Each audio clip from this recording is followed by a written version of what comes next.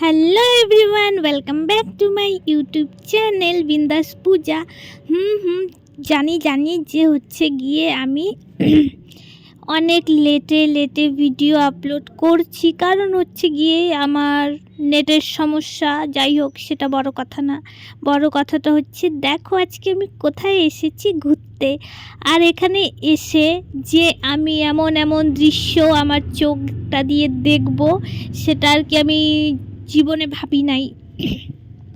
আর একটা কথা আগেই বলে দিচ্ছি, আমার গলাটা আজকে অনেক খারাপ। কিছুদিন ধরেই, মানে সপ্তাহখানিক ধরেই আমার গলার অবস্থা একদম বাজে। আমি যে ভয়েস ওভার দিব ভিডিওতে সেই পরিস্থিতিতে নাই আমি।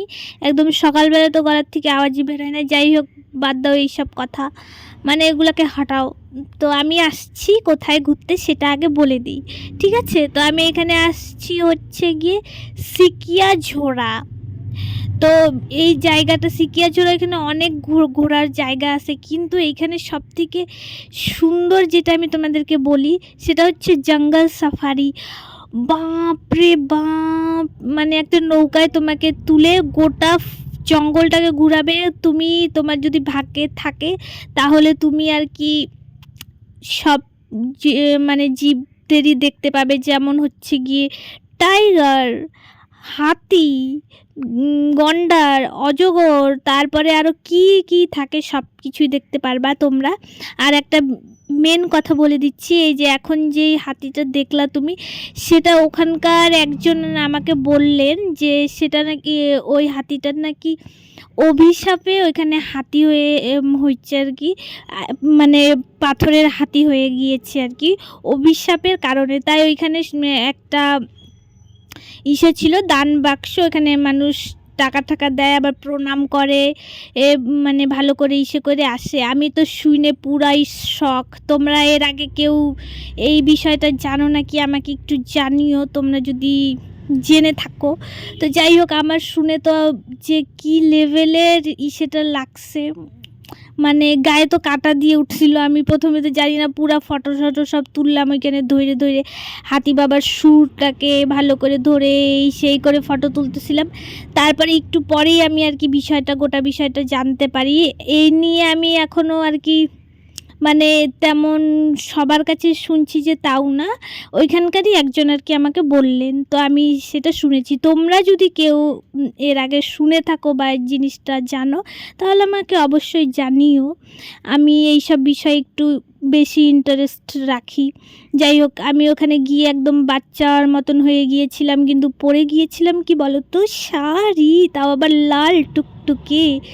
কারণ আমার অনেক দিন ধরে মন, ইচ্ছা, প্রাণ সবই ছিল যে হচ্ছে গিয়ে আমি শাড়ি পরে কোথাও একটু বেরিয়ে ঘুরিয়ে আসবো। মানে সবার থেকে মোস্ট ইম্পর্টেন্ট যেই ব্যাপারটা হচ্ছে, সেটা হচ্ছে শাড়ি পরে ফটো তোলা। তো আমি আমাদের এই আশেপাশের লোকেশনে, মানে আমার গ্রামেই ঘুরে আমি তঙ্গ হয়ে গিয়েছি।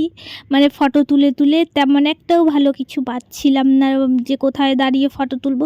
তাই আমি এই আইডিয়াটাকে কাজে লাগিয়ে বললাম, চলো এটাই করা যাক। আর এই জায়গাটা দেখো একবার তোমরা, উফ, জাস্ট চুমুন।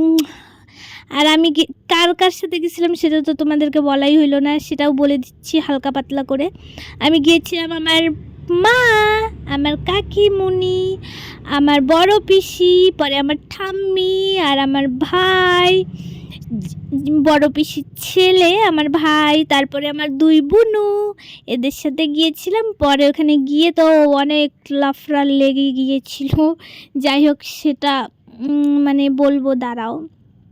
তারপর আমরা বাইরে থেকে খাবার আমার কাকিমুনি বানিয়ে নিয়ে গেছিলো, কিন্তু ওখানে বসে খেতে পারলাম না, কারণ ওখানে অনেক ভয়ানক, মানে কি বলবো, ছাড়ো, বাদ দাও। মানে বেশি লেট করা যাবে না, ওখানে তাড়াতাড়ি ঘুরে আসতে হবে, কারণ আমরা টোটো নিয়ে গিয়েছিলাম তো তাই। তারপরে ওখান থেকে আবার এসে কি করি, পরে ওইখানে একটা সিকিয়াঝোড়া রিসর্ট আছে, ওইখানে ঢুকবো ভাবছিলাম না, কিন্তু ওইখানে ঢোকায় অ্যালাউ নাই। ওখানে নাকি এখন থাকতে লাগে, তাহলেই ঢুকতে দেয়, এরকম কোনো ব্যাপার। কিন্তু এর আগে আমি যখন গেছিলাম তখন এরকম কোনো ব্যাপার ছিল না, কিন্তু এখন রুলস তো রুলস হতা হে। अब कुछ करने वरने का नहीं है बाबा। सो কেমন লাগলো জানিও। Tata, by.